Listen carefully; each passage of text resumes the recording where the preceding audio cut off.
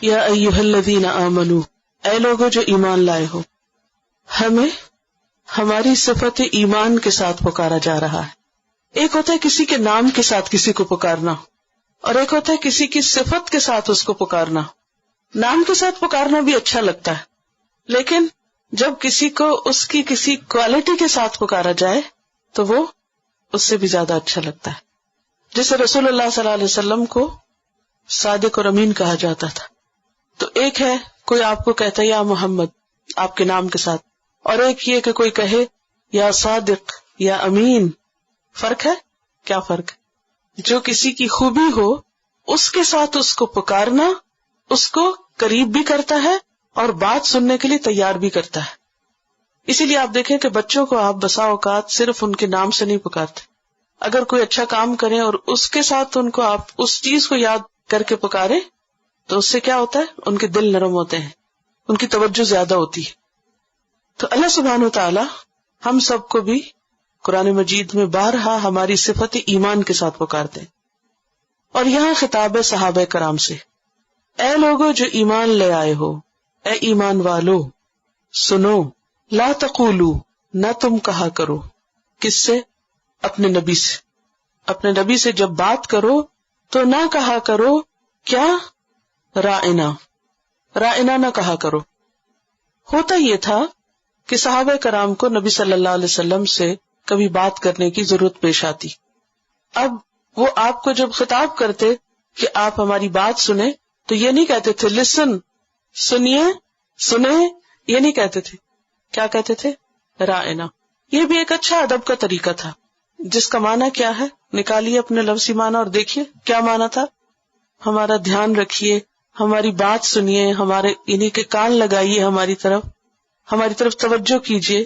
جیسے ہم کہتے ہیں نا کہ I beg your pardon، تو کسی کو جب بات کرنا ہوتی ہے تو کئی طریقے ہوتے ہیں اس کو متوجہ کرنے کے، تو رائنا طریقہ تھا نبی صلی اللہ علیہ وسلم کو اپنی طرف متوجہ کرنے کا، کہ آپ ہماری طرف ذرا توجہ فرمائیے اور ہماری بات کو سنیے۔ آپ صلی اللہ علیہ وسلم کی مجلس میں یہود بھی ہوتے اور ویسے بھی ان کا آپ سے انٹریکشن ہوتا، وہ بھی آپ کے پاس آتے، آپ سے کچھ بات کیا کرتے، تو جب وہ آپ کو پکارتے تو وہ یا رسول اللہ نہیں کہتے تھے۔ صحابہ کرام کیا کہتے تھے؟ یا رسول اللہ رائنا۔ یہود کہتے یا محمد رائنا۔ رائنا کو تھوڑا سا ذرا سا دبا کے رائی کہہ دیتے، رائنا کی بجائے رائینا کہتے۔ رائی کہتے ہیں عربی زبان میں گڈریے کو، او چرواہے، یعنی توہین آمیز لفظ بنا لیتے، ان کی نیت پیچھے خراب ہوتی اور وہ زبان سے بھی اس طرح اپنی زبان کو دبا کے بولتے کہ جس سے بات کچھ سے کچھ بن جاتی۔ یا پھر یہ جو آخر کا الف ہے رائنا، تو اس الف کو چھوٹا کر دیتے اور کہتے رائنا۔ رائن ان کی زبان میں ایک گالی تھی، احمق اور اسٹوپڈ کے لیے استعمال ہوتا ہے۔ رائنا یا محمد رائنا کا میننگ کیا بنتا تھا؟ نعوذ باللہ و محمد اور اسٹوپڈ۔ اب یہ بات کوئی معمولی بات نہیں تھی، یہ انتہائی توہین آمیز کلمات تھے۔ جب کوئی شخص دنیا میں کسی کو دبی زبان سے، زبانی الفاظ سے کچھ نہ کچھ کہتا ہے تو بعض اوقات سننے والے کو نہیں پتہ چلتا کہ وہ کیا کہہ رہا ہے۔ مثلا اگر آپ مجھے پکار رہے ہیں تو میں سرسری سنوں گی کہ ہاں آپ نے مجھے پکارا یا مجھ سے بات کرنا چاہتے ہیں، عموماً اس پہ دھیان نہیں جاتا کہ آپ کس طرح پکار رہے ہیں۔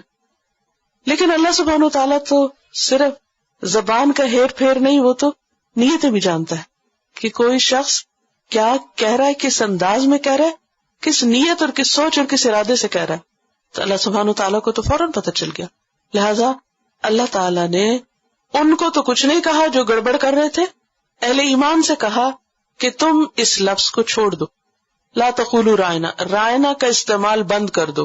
حالانکہ لفظ رائنا کیا تھا؟ کوئی بذات خود خراب لفظ نہیں تھا، لیکن چونکہ اسے بگاڑ لیا گیا تھا اور اس سے نبی صلی اللہ علیہ وسلم کی توہین مقصود تھی کچھ اور لوگوں کو، لہذا مخلص مسلمانوں کو اس لفظ کے استعمال سے روک دیا گیا۔ لیکن روک کر حیران پریشان نہیں چھوڑ دیا گیا، بلکہ کیا کہا؟ وقولوا، اور کہو انظرنا۔ انظرنا، انظرنا کا ایک معنی کیا؟ ہماری طرف نظر کیجیے، یعنی توجہ کیجیے، معنی وہی بن گیا. یا یہ ہے کہ ویٹ فار اس، ذرا ہمارا انتظار کیجیے، ہماری بھی بات سن لیجیے، تھوڑا سا ہمیں بھی مارجن دے دیجیے، ہماری بات سن لیجیے تاکہ ہم سمجھ سکیں. تو اللہ سبحانہ وتعالیٰ نے ایک لفظ کی جگہ دوسرا لفظ دے دیا اور ساتھ ہی حکم دیا واسمعوا، اور غور سے سنا کرو تاکہ تمہیں زیادہ باتیں پوچھنے کی ضرورت ہی پیش نہ آئے. پہلے ہی مرحلے پر سن لیا کرو. جب سن لو گے تو پھر بیچ میں انٹرپٹ کرنے اور روکنے اور مزید انتظار کرانے یا مجلس کے آخر میں پوچھنے کی ضرورت نہیں رہے گی. وَلِلْكَافِرِينَ، اور کافروں کے لیے یعنی انکار کرنے والوں کے لیے، اس حکم سے انکار کرنے والوں کے لیے کیا ہے؟ عذاب علیم، دردناک عذاب ہے، بہت ہاربل پنشمنٹ ہے. وہ کیا ہے عذاب علیم؟ اس کی تفصیلات قرآن اور سنت میں جگہ جگہ ملتی ہیں کہ جہنم کا عذاب کیسا عذاب ہے، اس کی آگ کیسی ہے، اس کے اندر اور کیا کیا بلائیں ہیں. اس کی ڈیٹیل یہاں نہیں بتائی گئی، بس صرف بتا دیا گیا کہ جو بات نہیں مانے گا وہ کل قیامت کے دن پکڑا جائے گا، سخت مصیبت کا شکار ہوگا. تو اس آیت سے ہمیں کئی باتیں پتہ چلتی ہیں. ایک بات تو یہ کہ جب کوئی شخص اللہ کی طرف کسی کو بلاتا ہے خالص نیت کے ساتھ، دوسروں کی ہدایت کے لیے، فلاح اور کامیابی کے لیے، سراسر اس کے فائدے کے لیے، تو بسا اوقات کچھ لوگوں کو اس کا یہ کام پسند نہیں آتا، اور خاص طور پر اس وقت جب وہ سمجھتے ہیں کہ یہ ہمارے خلاف جائے گا، ان کو اپنا کوئی مفاد ختم ہوتا نظر آتا ہے، پھر وہ کھلے اور چھپے دشمنی شروع کر دیتے ہیں. چھپ کے بھی وار کرتے ہیں اور سامنے بھی اپنے دل کی آگ کو ٹھنڈا نہیں کر سکتے، چھپا نہیں سکتے، کسی نہ کسی طرح اپنا غیظ و غضب نکالتے رہتے ہیں. اور یہ انتہائی گھٹیا پن ہوتا ہے کہ انسان کسی کی مخالفت میں ایسے الفاظ استعمال کرے اور توہین آمیز رویہ اختیار کرے. ایسا کرنا کسی کے اپنے ہی بد اخلاق ہونے کی علامت ہوتا ہے. آپ نے دیکھا ہوگا کہ بعض لوگ عام روزمرہ زندگی میں بھی ایک دوسرے کی کسی نہ کسی بات سے ضد پکڑ لیتے ہیں، بے وجہ بھی بعض اوقات کسی کی مخالفت شروع. اب کیا ہوتا ہے کہ جب ان کے پاس کوئی دلیل نہیں ہوتی، اپنی بات پروو نہیں کر سکتے، چیخنے چلانے سے بھی کام نہیں چلتا، تو بسا اوقات کیا کرتے ہیں؟ گھٹیا لفظ شروع کر دیتے، گالی گلوچ پہ اتر آتے. یہ عام انسانی کمزوری ہے. تو ایسے موقع پر انسان کو اپنے رویے کو، یعنی جو آس پاس دیکھنے اور سننے والے، انہیں اپنے رویے میں تبدیلی کی ضرورت ہے. اب یہاں پر آپ دیکھیں کہ اللہ سبحانہ وتعالیٰ نے بجائے اس کے کہ ان کو برا بھلا کہا یا انہیں کچھ سنایا کہ تم خود ایسے ہو یا ہمیں پتہ چل گیا کہ تم کیا کہہ رہے ہو، سلوشن کیا بتایا کہ اہل ایمان اس لفظ کا استعمال چھوڑ دیں. یہ سب سے احسن طریقہ تھا کہ تم ایسا نہ کرو. بعض اوقات ایسا ہوتا ہے نا کہ آپ کے بچے کسی کے ساتھ لڑ پڑتے ہیں. اچھا، کچھ لوگ ہوتے ہیں کہ وہ اپنے بچے کو تو کچھ نہیں کہتے لیکن دوسروں کے بچے کو کے پیچھے پڑ جاتے، اسے برا بھلا کہتے. اصل تربیت کیا ہوتی؟ کسی کو کچھ کہنے کی بجائے اپنی حفاظت کر لو. آپ اپنے بچے کو سمجھا لیں، آئندہ سے جھگڑا نہیں ہوگا، بات ختم. ایک اور چیز یہاں یہ پتہ چلتی ہے کہ الفاظ کا اچھا استعمال انتہائی ضروری ہے. ایسے الفاظ کے استعمال سے بچنا چاہیے کہ جس میں کسی فتنے کا اندیشہ ہو. بعض الفاظ بذات خود خراب نہیں ہوتے، لیکن ان کا کسی خاص موقع پر استعمال جو ہے وہ فتنے کو جنم دیتا ہے. انسان کو اپنی گفتگو میں محتاط ہونا چاہیے، صاف الفاظ استعمال کرنے چاہیے جن میں کوئی شک و شبہ نہ ہو، کوئی برا پہلو نہ نکلتا ہو، کسی کی توہین نہ ہوتی ہو. کسی کو ایسے انداز میں نہیں خطاب کرنا چاہیے کہ جس سے دوسرا برا محسوس کرے یا اس کی بے عزتی ہو. پھر اسی طرح یہ ہے کہ جو بات کوئی کہہ رہا ہو اسے غور سے سننا چاہیے. پھر اسی طرح اگر آپ کسی کو ایک چیز سے منع کر رہے ہیں تو صرف منع کر کے نہیں چھوڑ دیں، بلکہ ساتھ ہی اس کو آلٹرنیٹ بھی دیں. یہاں اللہ سبحانہ وتعالی صرف یہ نہیں کہہ رہے کہ رائے نہ کہو، بلکہ ساتھ ہی سولوشن بھی بتا رہے ہیں، یہ نہیں یہ کرو. یہ تربیت کا ایک بہت ہی اچھا انداز ہے. عام طور پر پیرنٹس کیا کرتے ہیں، بچوں کو ہر وقت یہ بتاتے رہتے ہیں don't do this, don't do that, یہ نہیں کرو، وہ نہیں کرو، وہ نہیں کرو، وہ نہیں کرو، وہ نہیں کرو، سب نہیں کرو. بھی کیا کرو؟ ان کو کچھ تو کرنا ہے، بچوں کو کچھ کرنا ہے. اگر آپ ان کو کوئی اچھی ایکٹیویٹی نہیں دیں گے، کرنے کا کام نہیں بتائیں گے، کسی اچھی چیز میں مصروف نہیں کریں گے، تو صرف یہ کہنے سے کام نہیں چلے گا کہ یہ نہ کرو اور وہ نہ کرو. ان کو حل بھی بتائیں کہ پھر کیا کرو. اور یہی تبلیغ کی حکمت ہے. لوگوں کو صرف یہ بتانا یہ بھی حرام ہے وہ بھی حرام ہے، یہ غلط ہے وہ درست نہیں، یہ کافی نہیں ہوتا. ان کو ساتھ پھر کچھ اور بھی بتانا چاہیے کہ اچھا یہ نہیں کرو تو یہ کر لو. میکسیمم سولوشن دینے چاہیے اگر آپ کے بس میں ہو. بس ہر چیز بس میں نہیں ہوتی، لیکن ہمیشہ سولوشن بھی سوچ. اچھا مفتی کون ہوتا ہے کہ جس سے کوئی مسئلہ پوچھے تو وہ صرف یہ نہ بتائے کہ یہ حلال ہے اور یہ حرام ہے، وہ یہ بھی بتائے کہ پھر مزید آپ کیا کر سکتے ہیں. کیونکہ اس سے پھر ویکیوم نہیں ہوتا. جہاں ویکیوم رہ جاتا نا وہاں کچھ نہ کچھ کباڑ بھر جاتا. آپ نے دیکھا ہوگا کہ جیسے دیواریں ہوتی ہیں تو اگر ان میں کوئی خالی جگہ ہو تو کیا ہوتا ہے، وہاں کیا چلا جاتا ہے. تو اسی طرح انسانی اوقات میں جو خالی وقت ہوتے ہیں، انسانی شخصیت میں جو خلا ہوتے ہیں، ان میں کباڑ بھرتا ہے. تو اس سے پہلے کہ وہ کباڑ بھرے آپ اس کی جگہ پہلے خود ہی کچھ اس کو درست کر دیں، ہموار کر دیں. اپنے ساتھ کی تربیت کے لیے بھی، بچوں کی تربیت کے لیے بھی، لوگوں کی اصلاح کے لیے بھی یہی حکمت کا طریقہ ہے. پھر اس آیت سے یہ بات بھی پتہ چلتی ہے کہ اللہ کی بات نہ ماننے والوں کے لیے پنشمنٹ ہے. جب اوپر کہا یہ نہ کرو یہ کرو اور سنو، اور اگر نہیں کرو گے تو پھر کیا ہے، وَلِلْكَافِرِينَ عَذَابٌ أَلِيمٌ، پنشمنٹ ہے. اور اس سے یہ بھی پتہ چلتا ہے کہ اللہ کے حکم کی مخالفت سے بچنا چاہیے. اور اہم ترین چیز یہ ہے کہ مومن کا اخلاق بہت بلند ہوتا ہے. وہ اس راستے سے بھی بچتا ہے جس سے اس کا دامن داغدار ہو. تو جھگڑوں میں پڑنا، برے الفاظ استعمال کرنا. اور اب تو آپ دیکھیں کہ عموماً جو سلینگ بولتے ہیں بچے، اس میں بعض اوقات بہت گھٹیا الفاظ ہوتے ہیں. تو گھٹیا الفاظ جو ہیں ان کا استعمال مومن کی شایان نشان نہیں. کہاں یہ کہ شک والی بات بھی چھوڑنے کو کہا جا رہا ہے، غلط الفاظ تو بہت دور کی بات ہے. مومن جو ہے وہ گالیاں نہیں دیتا، بد اخلاق نہیں ہوتا، برے الفاظ استعمال نہیں کرتا. مسلمان صرف نماز پڑھ لینے کا نام نہیں بلکہ انسان کا اسلام اس کے اخلاق سے ظاہر ہوتا ہے.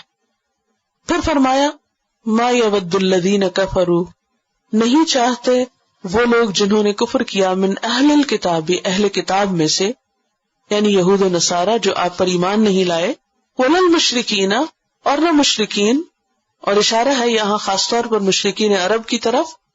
کیا نہیں چاہتے، ان ینزل علیکم من خیر من ربکم، کہ تم پر تمہارے رب کی طرف سے کوئی بھی خیر اتاری جائے. کیوں؟ اس لیے کہ وہ حسد کرتے تھے. جب کوئی کسی سے حسد کرتا ہے تو اس کا نتیجہ کیا ہوتا ہے کہ وہ اس کے اندر کسی قسم کی کوئی خیر اور بھلائی نہیں دیکھ سکتا. تو یہاں یہ بتایا جا رہا ہے کہ تمہارے دشمن تمہارے لیے کوئی خیر نہیں چاہتے، تمہارے لیے کسی قسم کی بھلائی نہیں چاہتے. علیکم سے مراد رسول بھی ہیں اور آپ کے صحابہ بھی ہیں، آپ کی امت بھی ہیں، کہ یہ تمہارے خیر خواہ نہیں ہیں. خیر خواہ کا کیا مطلب ہوتا ہے؟ خیر چاہنے والا. یہ تمہارے لیے خیر نہیں چاہتے. من خیرن، اور کوئی خیر نہیں چاہتے. من سے کیا مطلب بنا؟ کسی قسم کی خیر، نہ دنیا کی نہ آخرت کی. وہ اتنے شدید دشمنی اور حسد کا شکار ہیں کہ وہ تمہارے لیے کسی قسم کی کوئی بھلائی پسند نہیں کرتے. تمہاری کوئی ترقی ان کو اچھی نہیں لگتی، تمہارا کوئی فائدہ ان کو پسند نہیں آتا. لیکن اس سے فرق نہیں پڑتا. یعنی جب کوئی کسی کا برا چاہتا ہے تو اس سے کچھ نہیں ہوتا، کیونکہ یہ تو اللہ کی تقسیم ہے. واللہ یختص برحمتہ، اور اللہ مخصوص کر لیتا ہے اپنی رحمت کے ساتھ من یشاء، جس کو بھی چاہتا ہے. کسی کے برا چاہنے سے برا نہیں ہوا کرتا جب تک کہ اللہ نہ چاہے، اور اللہ جسے چاہے اپنی رحمت سے نوازے. اور یہاں اشارہ ہے نبی صلی اللہ علیہ وسلم کی طرف کہ یہ نہیں چاہتے تھے کہ نبوت آپ کو ملے، وہی آپ کی طرف آئے، آپ کو ترقی ملے، آپ کو قرآن ملے، آپ کو یہ ساری نعمتیں ملے. لیکن اللہ نے آپ کو خاص کر لیا اپنی رحمت کے ساتھ، اور آپ کو سارے جہانوں کے لیے رحمت بنا کے بھیجا. وما ارسلناک الا رحمۃ للعالمین. ان کے نہ چاہنے سے کچھ نہیں ہوتا. اور یہاں رحمت سے مراد نبوت اور قرآن مجید کی دولت ہے جو آپ صلی اللہ علیہ وسلم کو نصیب ہوئی. واللہ ذو الفضل العظیم، اور اللہ تو بہت بڑے فضل والا ہے. اس کے پاس تو بہت زیادہ بھلائی ہے، اس کے خزانے تو بہت وسیع ہیں، وہ جتنا چاہے کسی کو نوازے۔ اس آیت سے بھی کئی باتیں پتہ چلتی۔ ایک تو یہ کہ اس دنیا میں چونکہ انسان امتحان کے لیے بھیجا گیا ہے، لہٰذا انسان کے دوست بھی ہوتے ہیں اور دشمن بھی ہوتے ہیں، اس کے ایڈمائررز بھی ہوتے ہیں اور اس کے ڈسٹریکٹرز بھی ہوتے ہیں۔ ایسے لوگ بھی ہوتے ہیں کہ جو اس کو ڈس لائک کرتے ہیں، جو اسے پسند نہیں کرتے، ایسے بھی ہوتے ہیں جو سپورٹر ہوتے ہیں اور ایسے بھی ہوتے ہیں جو دشمنی پر اتر آتے ہیں۔ دس از پارٹ آف لائف، یہ دس از اے فیکٹ، اور اس کو ایکسپٹ کرنا چاہیے۔ بعض اوقات ہم گھبرا جاتے ہیں نا، لوگ ہمارے خلاف کیوں بات کرتے ہیں، وہ ہمارے سے نفرت کیوں کرتا ہے، وہ ہمارا کیوں برا چاہتا ہے، وہ کیوں ہمیں تکلیف دیتا ہے، فلاں کیوں کرتا ہے۔ اس سے بنے گا کچھ نہیں، جتنا چاہے اس پہ تبصرہ کریں۔ یہ زندگی کی ایک حقیقت ہے، یہ ہوگا، رسول کے ساتھ ہوا، ان کے ساتھیوں کے ساتھ ہوا، ہم کون ہیں، ہمارے ساتھ بھی یہ ہوگا۔ کوئی ہمیں چاہے گا اور کوئی ہم سے عداوت رکھے گا، ایک بات تو یہ۔ دوسری بات یہ ہے کہ جو عداوت رکھتے ہیں وہ صرف یہ نہیں ہوتا کہ ان کے دل میں آپ کے لیے برا ہوتا ہے، بعض اوقات ان کی نیت اور ارادہ اور ان کی خواہش کیا ہوتی ہے کہ تمہیں کچھ نہ ملے، کوئی خیر نہ ملے، اور وہ خیر دیکھ کے جل جاتے ہیں۔ لیکن اس موقع پر انسان کو کیا یاد رکھنا چاہیے کہ ان الفضل بید اللہ، کسی انسان کے حسد سے میرا کچھ نہیں بگڑے گا، کسی کی دشمنی سے میرا کوئی نقصان نہیں ہوگا۔ ایک حدیث ہے مسند احمد کی، بہت ہی خوبصورت حدیث جو دل کو ٹھنڈا کر دیتی ہے۔ آپ صلی اللہ علیہ وسلم نے فرمایا، وَعْلَمْ، جان لو، ان الامت، کہ اگر سارے لوگ، لو اجتمعوا، اگر اکٹھے ہو جائیں، علی ان ینفعوک، کسی چیز سے فائدہ دے سکے، لم ینفعوک، وہ تمہیں بالکل فائدہ نہیں دے سکتے، الا بشیء قد کتب اللہ لک، مگر اتنا ہی جو اللہ نے تیرے لیے فائدہ لکھ دیا۔ وَلَوْ اجْتَمَعُوا، اور اگر سارے اکٹھے ہو جائیں، عَلَىٰ أَن يَضُرُّوكَ، کہ تمہیں کسی چیز سے نقصان پہنچائیں، لَمْ يَضُرُّوكَ إِلَّا بِشَيْءٍ، تمہیں کچھ بھی نقصان نہیں دے سکتے، قَدْ كَتَبَ اللَّهُ عَلَيْكَ، مگر یہ کہ جو اللہ نے تمہارے لیے لکھ دیا ہو۔ تو کسی کی عداوت، کسی کی دشمنی، کسی کی نفرت ہمیں کوئی نقصان نہیں دے سکتی جب تک کہ اللہ نہ چاہے۔ کسی کا حسد ہم سے کچھ نہیں چھین سکتا جب تک کہ اللہ نہ چاہے، کیونکہ اللہ جسے چاہتا ہے اپنا فیورٹ بناتا ہے، جس پہ چاہتا ہے اپنا انعام کرتا ہے، جس پہ چاہتا ہے اپنا فضل کرتا ہے۔ اور پھر یہ جو لفظ ہے نا یہاں مِن ربکم، تو اس سے پتہ چلتا ہے کہ ربوبیت دو طرح کی ہوتی ہے، ایک ہوتی خاص اور ایک ہوتی ہے عام۔ ربوبیت عام آپ نے رب العالمین میں پڑھی پیچھے سورۃ الفاتحہ میں، الحمدللہ رب العالمین، سب کا رب ہے اللہ، لیکن سب کے علاوہ وہ ہمارا خاص رب بھی ہے۔ ربکم، جو اس پر ایمان لے آتا ہے اس کا وہ خاص رب ہے۔ اسی طرح ویسے تو سارے بندے اللہ کے بندے ہیں، لیکن جو ایمان والے ہیں وہ اللہ کے خاص بندے ہیں، یہی معنی اس کا۔ اور ایک اور بات یہ ہے کہ اللہ چونکہ سب سے بڑا فضل والا ہے، لہذا انسان کو اگر کچھ چاہیے تو اسی سے مانگنا چاہیے، بندوں کی طرف نظر نہیں رکھنی چاہیے، ہمیشہ اللہ سے مانگنا چاہیے، اور اس یقین کے ساتھ مانگنا چاہیے کہ وہ سب کچھ دے سکتا ہے، وہ سب کچھ کر سکتا ہے۔ اور ایسا کر کے آپ دیکھیں، کیونکہ اللہ بندے کے ساتھ اس کے گمان کے مطابق معاملہ کرتا ہے۔ اگر کسی بندے کا گمان اللہ کے بارے میں اچھا ہے کہ اللہ کر سکتا ہے اور وہ کرے گا اور وہ دے گا مجھے، اب یہاں پر آپ دیکھیے کہ ذہن میں کسی ایسے بندے کو لائیے جس کو آپ کی کوئی خیر اچھی نہیں لگتی، جو آپ سے نفرت رکھتا ہے، جو ہر وقت آپ کے پیچھے پڑا ہوا، جو آپ کو ستاتا ہے، جو آپ کو تنگ کرتا ہے، جو آپ کا فائدہ چھیننا چاہتا ہے، ٹھیک ہے، سوچ لیجئے جو بھی کوئی ایسا ہے، اور اگر نہیں تو شکر کیجئے۔ تو ایسے میں یہ ہے کہ سوچیے کچھ نہیں کر سکتا ہوں، میں محفوظ ہوں، کچھ نہیں کر سکتا کوئی، جو کچھ ہے اللہ کے ہاتھ۔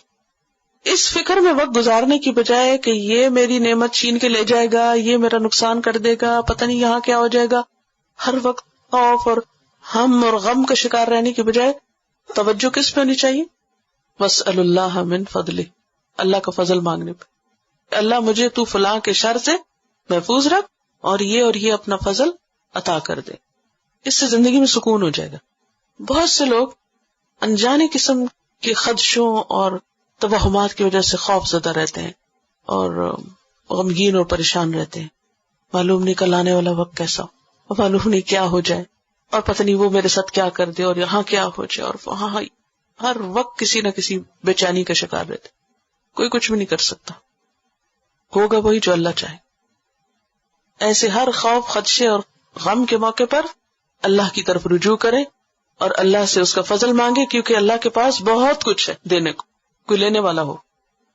اور اس میں ایک اور بات یہ بھی ہے ہم سب کے لیے سبق، کہ یہ ہم صرف نہ سوچے کہ لوگ ہی ہم سے حسد کرتے اور وہی ہمارا برا چاہتے ہیں، بعض اوقات شیطان ہمارے دل میں بھی لوگوں کے خلاف یہ چیز ڈال دیتا ہے۔ تو کسی کے پاس بھی ہم سے زیادہ کوئی نعمت ہے تو اس کو اللہ کا عطیہ سمجھ اور اس پہ ناراض نہ ہو، اس پہ غمگین نہ ہو کہ فلاں کو یہ چیز کیوں مل گئی۔ اللہ کے فیصلوں پہ راضی ہونا دل کو اطمینان اور سکون سے بھر دیتا ہے کہ جس کے پاس ہے اللہ اس کو نصیب کرے اور مجھے اللہ اپنے فضل سے دے۔ جب آپ کسی کا برا نہیں چاہتے تو کوئی بھی آپ کا برا نہیں کرے گا۔ ما ننسخ، نہیں ہم منسوخ کرتے، من آیتن کوئی آیت، او ننسہا یا اس کو بھلوا دیتے، نأتی بخیر منہا ہم لے آتے اس سے بہتر، او مثلہا جو اس جیسی۔ جیسے کہ پیچھے بہت سی آیات سے ہمیں یہ بات پتہ چلی کہ یہود کو مدینہ میں آپ سے واسطہ رہتا اور آپ کی نبوت پر اور آپ کو ملنے والی کتاب پر انہیں بہت تکلیف تھی اس حسد کی وجہ سے۔ اب وہ وقتاً فوقتاً اپنا غیظ و غضب نکالتے رہتے تھے، تو حسد کی وجہ سے وہ آپ کی نبوت کو مشتبہ بناتے۔ مشتبہ کیا ہوتا ہے؟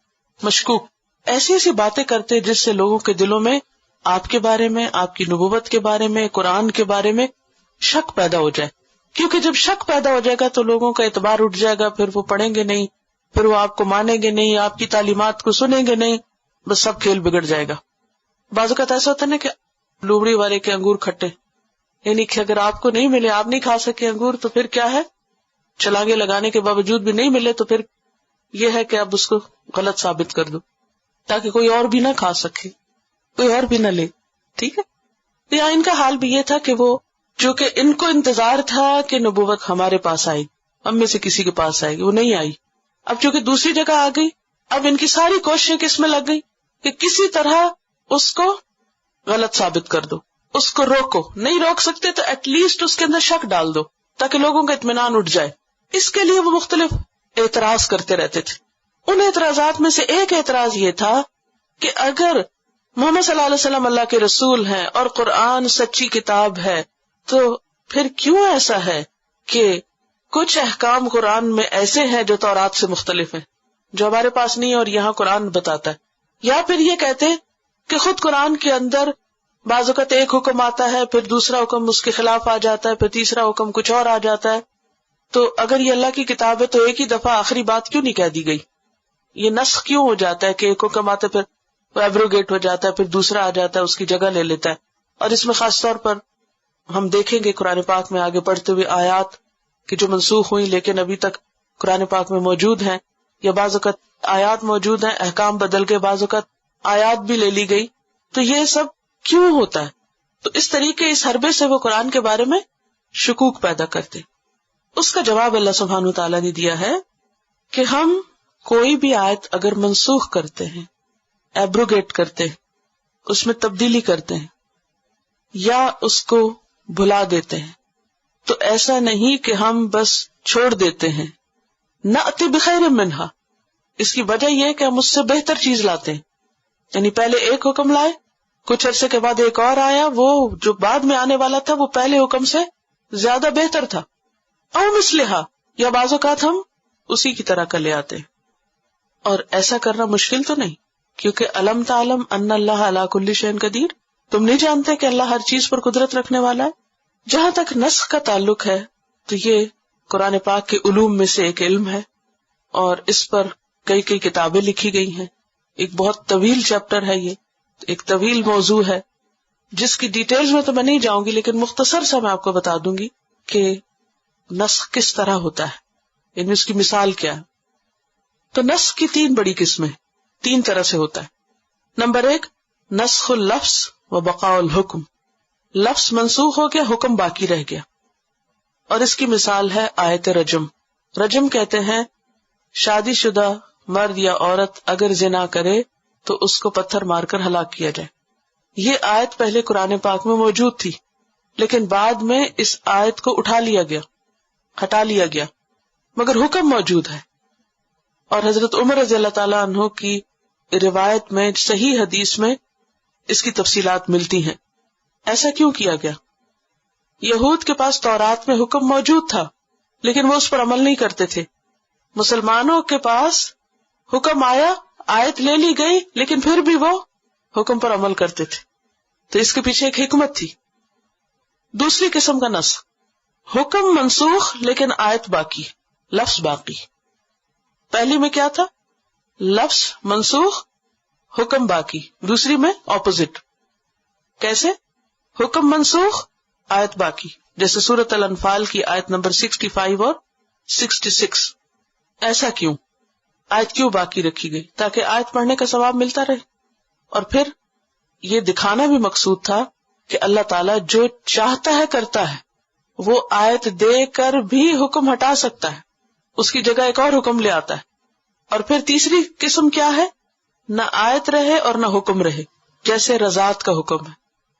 اس کے بارے میں صحیح مسلم میں حدیث حضرت عائشہ کی کہ رضاعت کی حرمت کے بارے میں آیت موجود تھی جس میں 10 دفعہ دودھ پینے سے حرمت واجب ہوتی، پھر وہ 5 دفعہ میں بدل گئی اور پھر وہ آیت بھی چلی گئی لیکن حکم باقی رہا.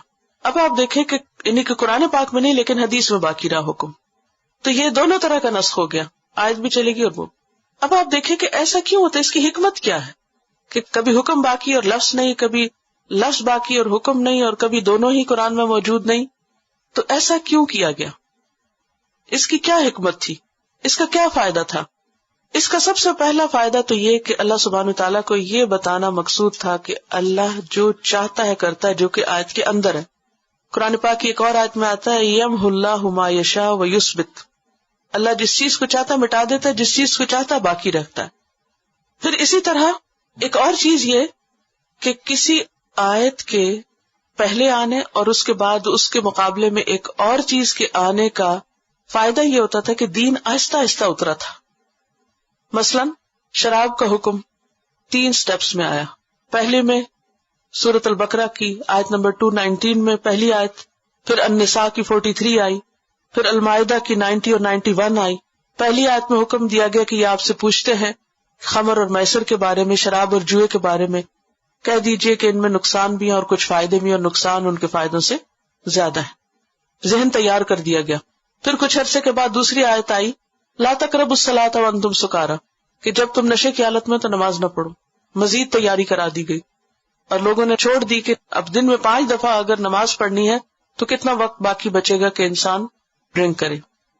پھر کچھ عرصے کے بعد تیسرا حکم آیا اور وہ کیا تھا کہ انما الخمر والمیسر والانصاب والازلام رجس من عمل الشیطان فاجتنبوہ، یہ شیطانی عمل ہے، ان سے بچو. پھر آخر میں فہل انتم منتہون، کہ اب رکو گے تم. تو اس سے کیا پتہ چلتا ہے کہ پہلے لوگوں کو شراب سے رکنے کے لیے ذہنی طور پہ تیار کیا گیا، پھر آہستہ آہستہ مزید ان کو پریپیئر کیا گیا اور آخر میں حرمت کا ذکر کیا گیا تاکہ لوگ اس کو سٹاپ کر دیں. اس کے برعکس ہم دیکھتے ہیں کہ جہاں لوگوں کو ذہنی طور پہ تیار نہیں کیا گیا وہاں پر شراب کو بین کرنے کا قانون بھی بنا، لیکن کچھ عرصے کے بعد وہ قانون جو تھا وہ ختم بھی کر دیا گیا کیونکہ لوگوں نے اسے قبول نہیں کیا. لیکن مدینہ میں جب یہ تیسرا حکم نازل ہوا تو اگر کسی نے ایک گھونٹ پیا تھا تو دوسرا اندر نہیں لے کر گیا، اور اگر نیا سٹاک خریدا تھا تو سارے کا سارا توڑ کے بہا دیا. کئی دن تک مدینہ کی گلیاں شراب کی اسمیل سے آلودہ رہی کیونکہ کسی نے بھی اپنے گھر کے اندر کچھ باقی نہیں چھوڑا، سب ضائع کر دیا، سب بہا دیا، سب ختم کر دیا. تو یہ کیسے ہوا؟ آہستہ آہستہ، پہلے ایک حکم پھر دوسرا پھر تیسرا. اسی طرح کبھی کبھی یہ بھی مقصود ہوتا تھا کہ لوگوں کے ایمان کا امتحان لیا جائے. مثلا دوسرے پارے کے شروع میں آپ دیکھیں گے قبلے کی تبدیلی کا حکم دیا گیا. اب پہلا حکم جو ہے وہ قرآن پاک میں موجود نہیں ہے، لیکن دوسرے تبدیلی کا حکم، یعنی یہ حکم موجود نہیں کہ تم بیت المقدس کی طرف رخ کرو، لیکن یہ حکم موجود ہے کہ بیت المقدس سے تم خانہ کعبہ کی طرف رخ کرو.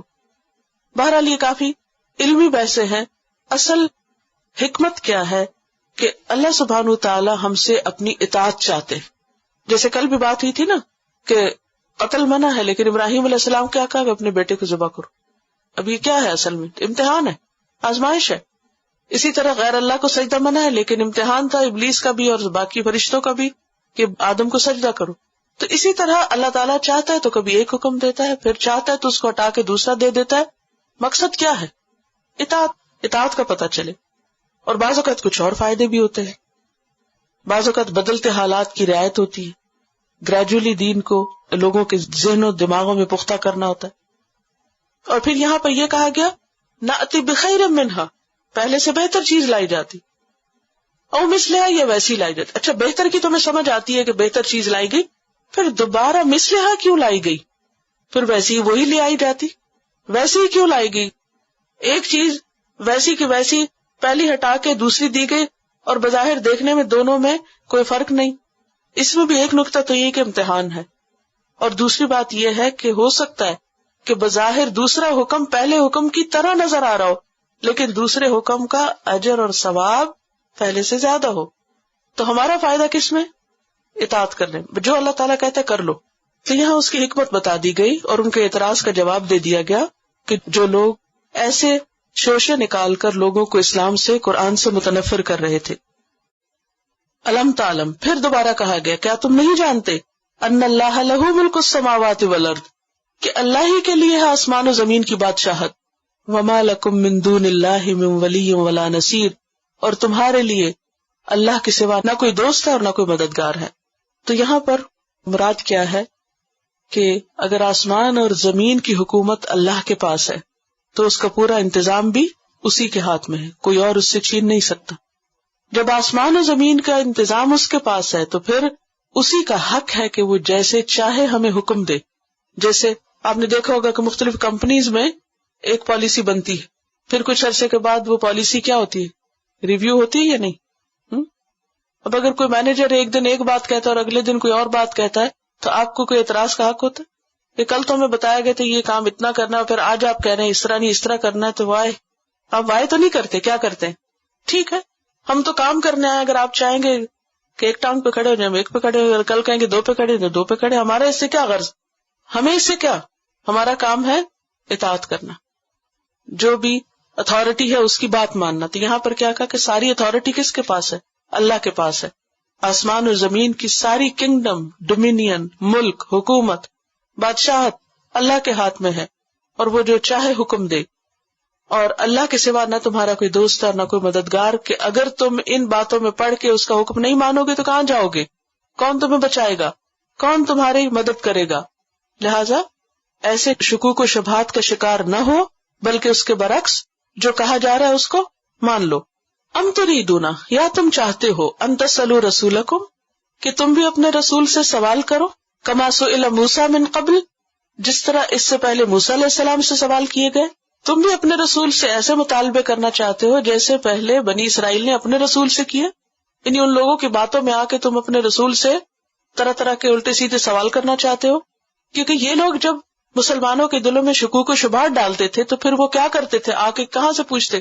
آج بھی کیا ہوتا ہے، مسلمان جو ہیں جب ان کا انٹریکشن بعض اوقات نان مسلمز کے ساتھ ہوتا ہے تو کیا نتیجہ نکلتا ہے، وہ بعض اوقات ایسے کوشچنز کرتے ہیں کہ جس کے نتیجے میں مسلمز کا اپنا ذہن کیا ہوتا ہے، شک و شبہ کا شکار ہو جاتا ہے. وہ دو طریقے ہوتے، یا تو وہ لیے بیٹھے رہتے اس کو صاف نہیں کرتے، یا پھر کیا کرتے اسی سے پوچھتے، اسی سے جا کے پوچھتے کہ اچھا یہ بات کیا ہے. اچھا پوچھنے کے بھی دو انداز ہوتے، ایک ہوتا ہے سمجھنے کے لیے اور ایک ہوتا ہے اسی ٹون میں اعتراض.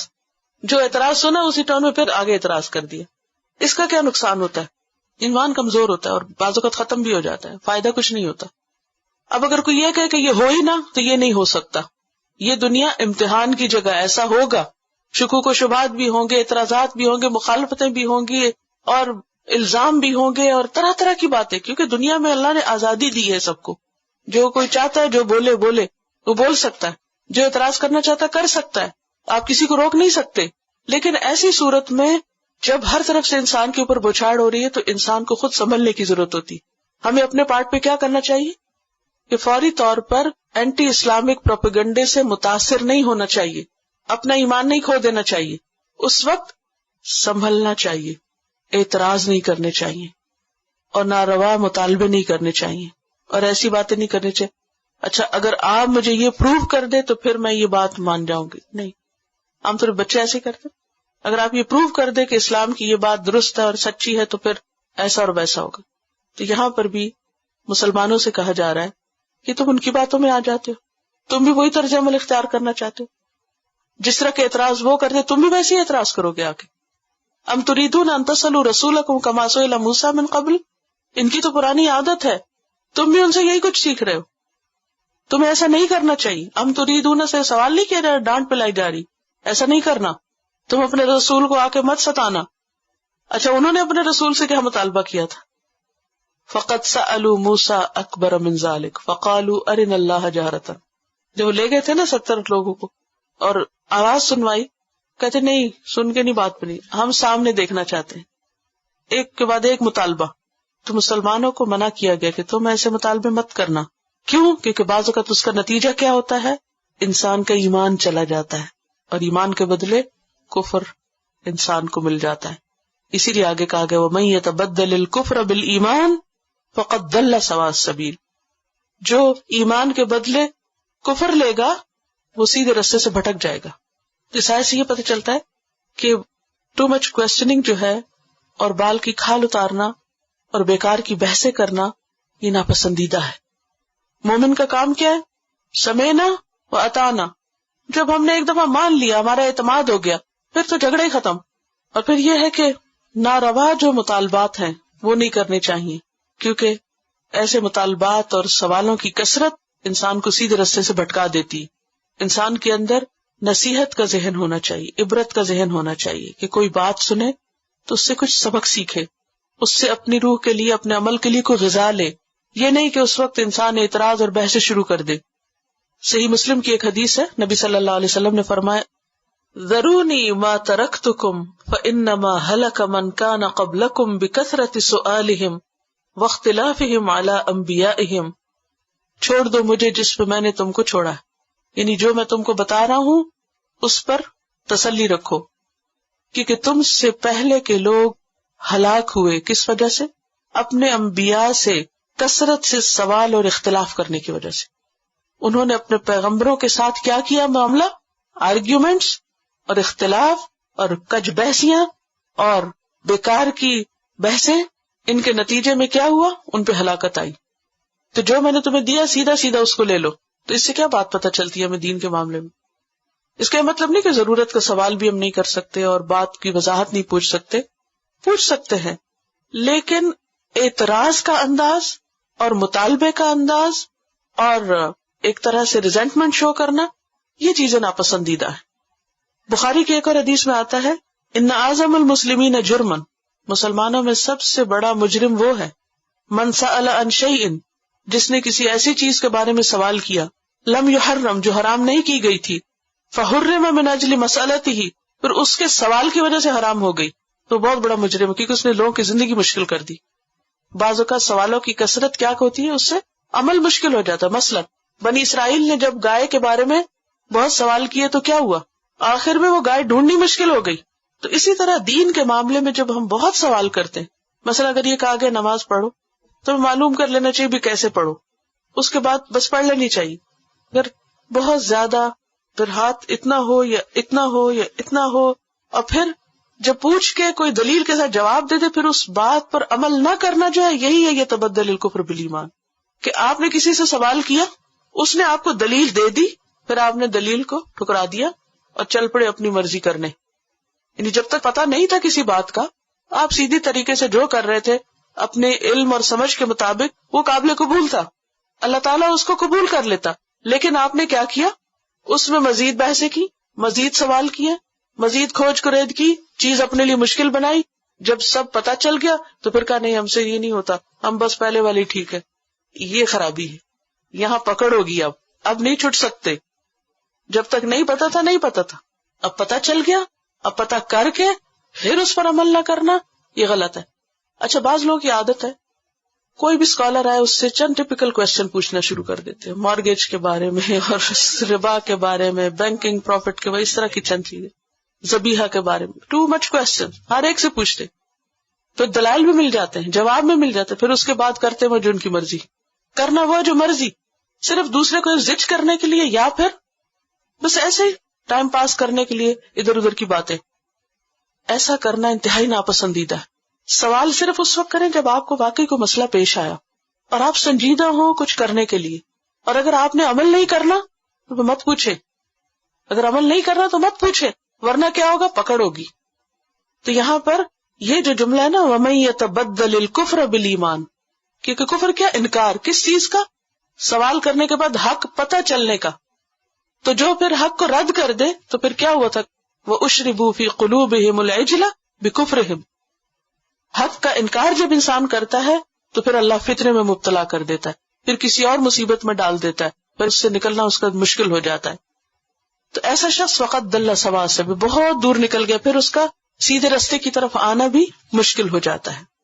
پھر ایک اور چیز کے بارے میں بتایا جا رہا ہے، وَدَّ كَثِيرٌ مِّنْ أَهْلِ الْكِتَابِ، اہل کتاب کی ایک اور خصوصیت بتائی جا رہی ہے کہ ان میں سے اکثریت، میجورٹی کیا چاہتی ہے؟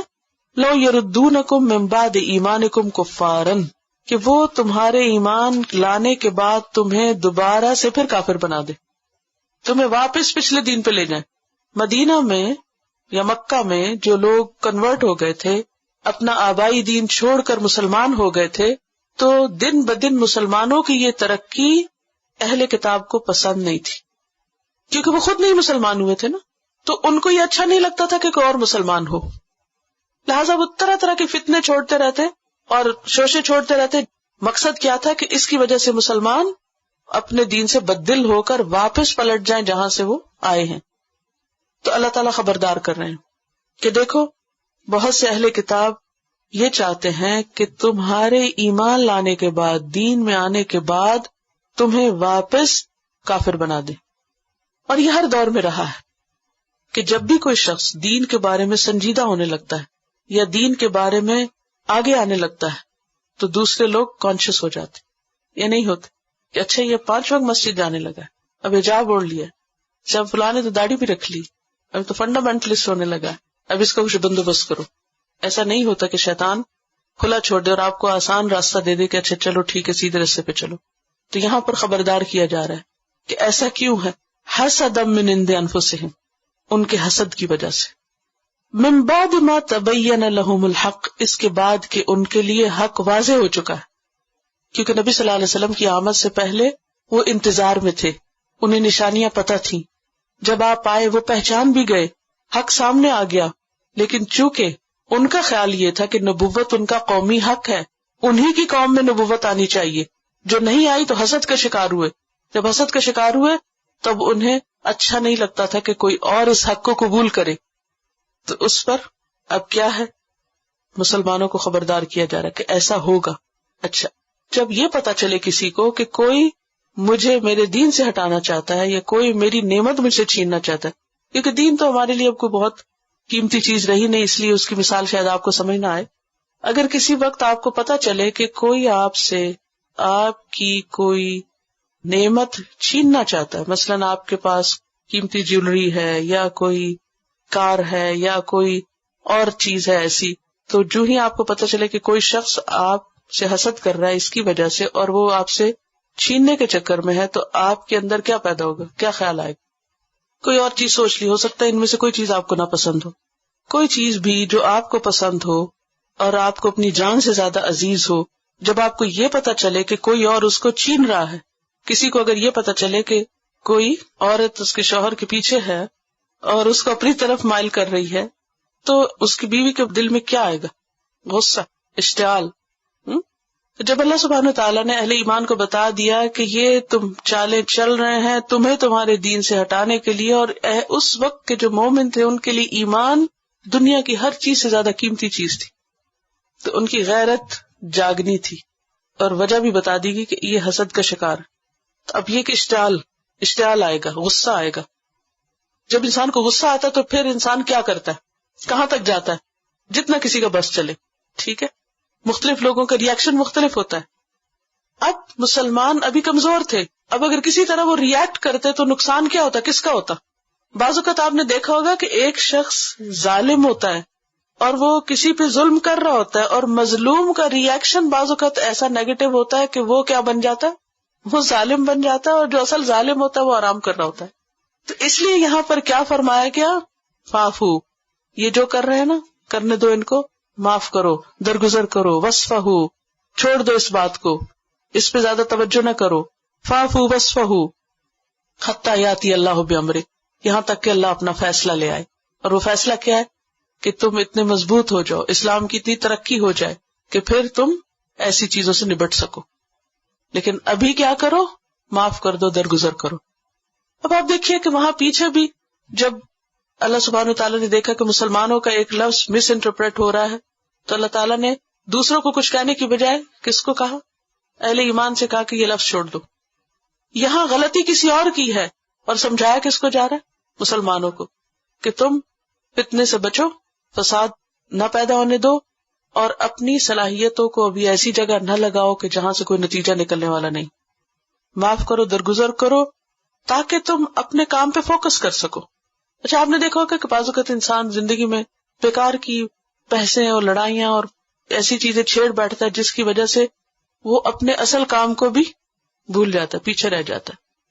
فتنہ فساد کی وجہ سے عام طور پہ کیا ہوتا ہے؟ جو آپ کرنا چاہتے ہیں وہ رہ جاتا ہے. ایسی صورت میں انسان کو صبر سے کام لینا چاہیے.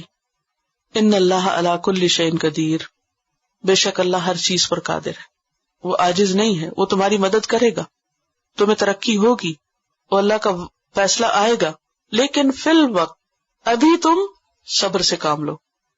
سورۃ البقرہ مدنی سورت ہے. مکہ میں تو خیر مسلمانوں کو کیا کہا؟ اپنے ہاتھ روک کے رکھو اور صبر کرو. مسلمانوں نے مارے بھی کھائی، باتیں بھی سنی، سارا تشدد برداشت کیا اور صبر سے کام لیا. پھر مائگریٹ کیا، مائگریٹ کرنے کے بعد ایک اور جگہ مشکل پیش آ گئی. اب وہ ایک تو کھلی مخالفت تھی اور یہاں منافقت تھی اور ہڈن مخالفتیں اور طرح طرح کے پیچھے پیچھے فتنے فساد، جس کی وجہ سے بہت مشکل ہو رہی تھی. مسلمان کچھ کرنا چاہتے تھے لیکن اللہ سبحانہ تعالیٰ نے کیا فرمایا؟ فاعفوا واصفحوا. کیونکہ یہ لوگ کبھی تو مشرکین کو کہتے کہ آؤ مسلمانوں کے خلاف جنگ کرو، ادھر ان کو ابھارتے، اور کبھی مسلمانوں کے اندر شکوک و شبہات پیدا کرتے، ان کے اندر مغالطے پیدا کرتے، ان کو بدظن کرتے. تو ایسے موقع پر مسلمانوں کو روک دیا گیا کہ ابھی تم اپنے آپ کو سنوارو، اپنے اخلاق کو بہتر کرو، اپنا بچاؤ اور دفاع کس طرح کرو؟ معاف کر کے اور درگزر کر کے، یہاں تک کہ اللہ تعالیٰ کوئی اور راستہ نکالے. ان اللہ علی کل شیء قدیر، بے شک اللہ ہر چیز پہ قادر ہے. اور کیا کرو؟ وَأَقِیمُوا الصَّلَاةَ وَآتُوا الزَّکَاةَ، اپنی ذاتی تربیت پہ زور دو، اللہ سے تعلق مضبوط کرو، نماز قائم کرو، زکوٰۃ ادا کرو، صدقہ خیرات کرو. وَمَا تُقَدِّمُوا لِأَنفُسِكُم مِّن خَيْرٍ تَجِدُوهُ عِندَ اللَّهِ، اور جو بھی تم اپنے ذات کے لیے، اپنے نفسوں کے لیے آگے بھیجو گے اسے جا کے کل اللہ کے پاس موجود پاؤ گے. اور سورۃ المزمل میں آتا نا تجدوہ عند اللہ هو خیرا واعظم اجرا، جو اللہ کے پاس ہے پھر وہ بہتر بھی ہے اور اجر کے اعتبار سے بہت بڑا بھی ہے. ان اللہ بما تعملون بصیر، بے شک اللہ ساتھ اس کے جو تم عمل کر رہے ہو دیکھ رہا ہے. خیر ہے یا شر ہے، چھپے یا کھلے، ہر چیز اللہ کی نظر میں ہے. تو اس سے کیا پتہ چلتا ہے کہ انسان کو حکمت سے کام لینا چاہیے اور جذباتیت سے بچنا چاہیے. جب یہ پتہ چل بھی جائے کہ کوئی شخص آپ کو نقصان پہنچا رہا ہے یا آپ کا مخالف ہے یا آپ کا دشمن ہے، تو ضروری نہیں کہ تم علل اعلان مقابلے پہ اتر آؤ. اس کے مقابلے میں دو طریقے اختیار کرو. ایک تو یہ کہ اس کو اگنور کرنے کی کوشش کرو، اس کو بھڑکنے نہ دو، اس کو کور کیے رکھو. دوسرے یہ کہ اللہ سے مدد مانگو، صدقہ خیرات کے ذریعے اپنا دفاع کرو. یہ زیادہ بہتر راستہ ہے، اور خاص طور پر اس وقت جب کہ انسان کمزور ہو، جب اس کے پاس کوئی سپورٹ نہ ہو. اور یہ یاد رکھے انسان کہ میرا رب دیکھ رہا ہے، لہذا مجھے تو خیر ہی خیر سے کام لینا ہے، مجھے تو اچھا ہی کرنا ہے. کیونکہ بعض اوقات ہم کہتے ہیں نا آخر کب تک صبر کریں، آخر ہم ہی کیوں یہ سب نیکیاں کرتے رہیں، ہم ہی کیوں معاف کریں. کہا جو بھی کرو گے اللہ کے پاس اس کا اجر مل جائے گا. اگر دنیا میں تم سمجھتے ہو کہ تمہارے پہ زیادتی بھی ہو رہی ہے، جبر بھی ہو رہا ہے، تو اجر نہیں جائے گا کہیں. اب ان کے ایک اور اعتراض کا جواب دیا جا رہا ہے اگلی آیت میں، وَقَالُوا لَن يَدْخُلَ الْجَنَّةَ إِلَّا مَنْ كَانَ هُودًا أَوْ نَصَارَىٰ. اب جو لوگ مسلمان ہوتے تھے انہیں کہتے تھے تم مسلمان ہونا چاہتے، مسلمان نہ ہو، کچھ اور ہو جاؤ اگر جنت میں جانا چاہتے ہو، کیونکہ جنت میں تو صرف یہود و نصارہ ہی جائیں گے. آج صبح مجھے کوئی بتا رہا تھا کہ ایک سسٹر مسلمان ہوئی ہے اور اس کے گھر والوں کا اتنا پریشر اس پہ، وہ کہتے ہیں کہ دیکھو تم بدھسٹ ہو جاؤ، ہندو بن جاؤ، کچھ اور ہو جاؤ، مسلمان نہ ہو، مسلمان نہ بنو بس. کیونکہ مسلمانوں کے خلاف اتنا پروپیگنڈا ہے دنیا میں کہ اسلام کا نام بھی ایک گالی بن گیا. اب اس دور کے مدینہ میں بھی کیا ہوتا تھا کہ جب کوئی مسلمان ہوتا تو اسے کہتے دیکھو مسلمان نہ بنو، تم عیسائی بن جاؤ، یہودی بن جاؤ، کچھ اور بن جاؤ، مسلمان نہ بنو. اور اس کے لیے ان کو کیا لالچ دیتے؟ لن يدخل الجنۃ الا من کان ھودا او نصارا، تم جنت میں نہیں جاؤ گے جب تک کہ تم یہودی یا عیسائی نہ بنے.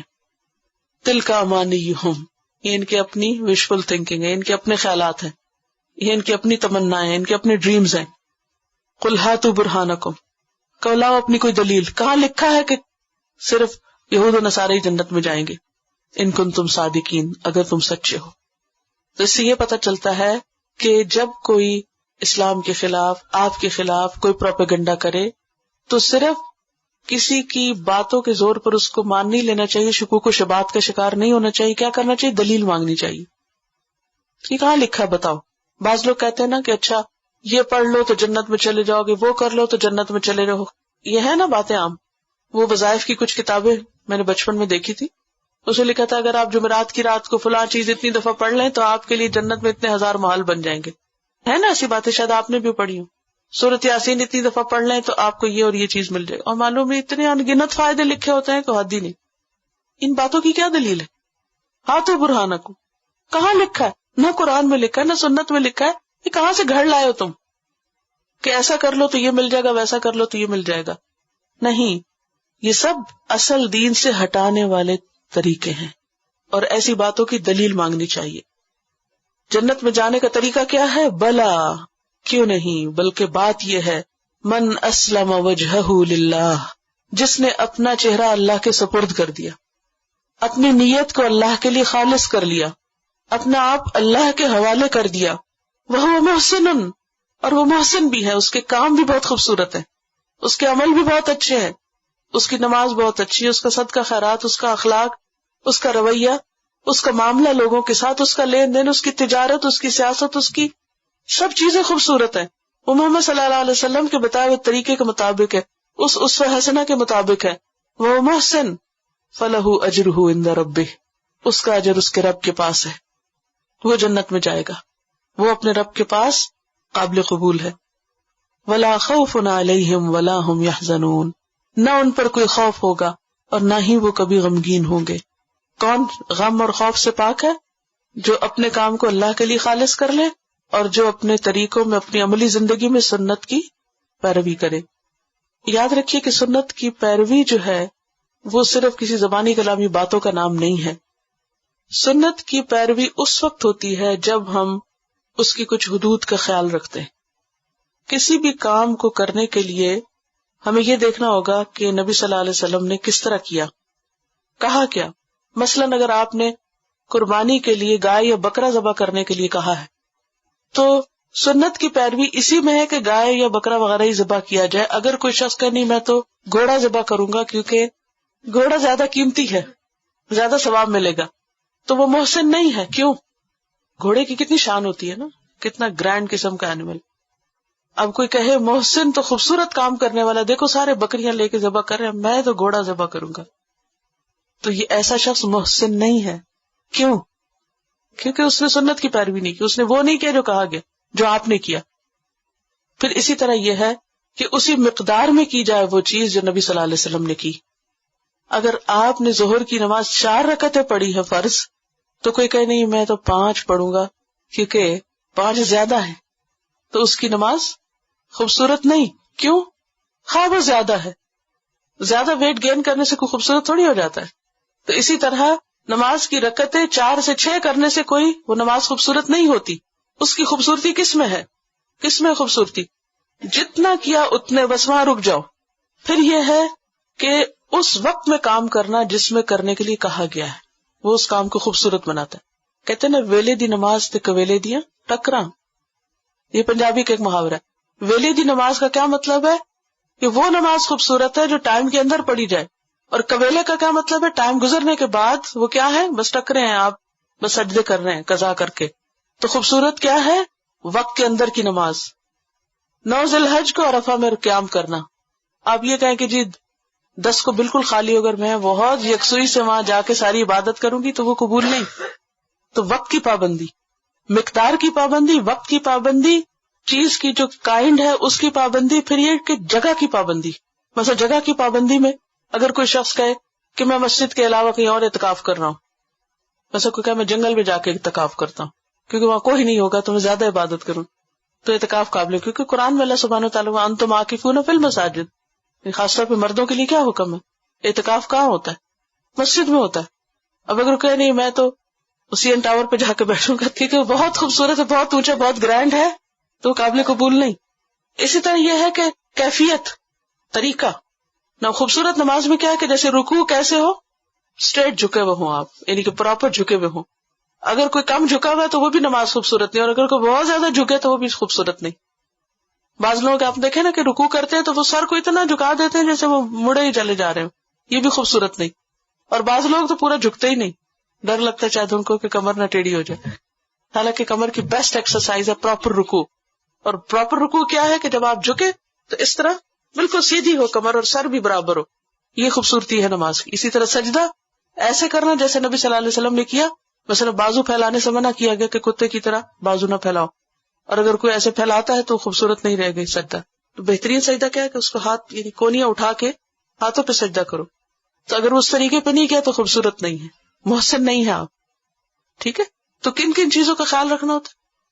زمان کا، مکان کا، ہیئت کا، کیفیت کا، عدد کا، جنس کا، طریقے کا، ان سب چیزوں کا۔ تو بات یہ ہے کہ جو اللہ کے لیے کام کرے اور پھر طریقہ درست ہو، اس کو اس کا اجر مل جائے گا، اس کے رب کے پاس محفوظ ہے، اسے کوئی خوف نہیں قیامت کے دن، اور نہ ہی اسے کسی قسم کا کوئی غم ہوگا۔ لہذا اور پھر یہ تو میں نے عبادات میں بات کی نا، معاملات میں بھی محسن بننا ہے، خوبصورت۔ نبی صلی اللہ علیہ وسلم نے دشمنوں کے ساتھ کیسے معاملہ کیا، کیا طریقہ اختیار کیا، اپنی بیویوں کے ساتھ کیسے معاملہ کرتے تھے، دوستوں کے ساتھ میں مجلس میں کیسے ہوتے تھے۔ کسی بھی چیز کی خوبصورتی دیکھنی ہے تو آپ کے طرز عمل میں دیکھ لو، جہاں آپ چاہتے ہیں کہ بہتر زندگی ہو، سونے کا طریقہ آپ کا سب سے خوبصورت طریقہ، کھانے کا طریقہ، پینے کا، اٹھنے کا، بیٹھنے کا، چلنے کا، یہ ساری چیزیں جو آپ کے طریقوں میں تھی وہی انسان کو محسن بناتی ہیں۔ تو اللہ تعالیٰ سے دعا ہے کہ اللہ ہمیں اس پر عمل کی توفیق عطا فرمائے۔ اوکے، سبحانک اللہم و بحمدک، نشہد ان لا الہ الا انت، نستغفرک و نتوب الیک۔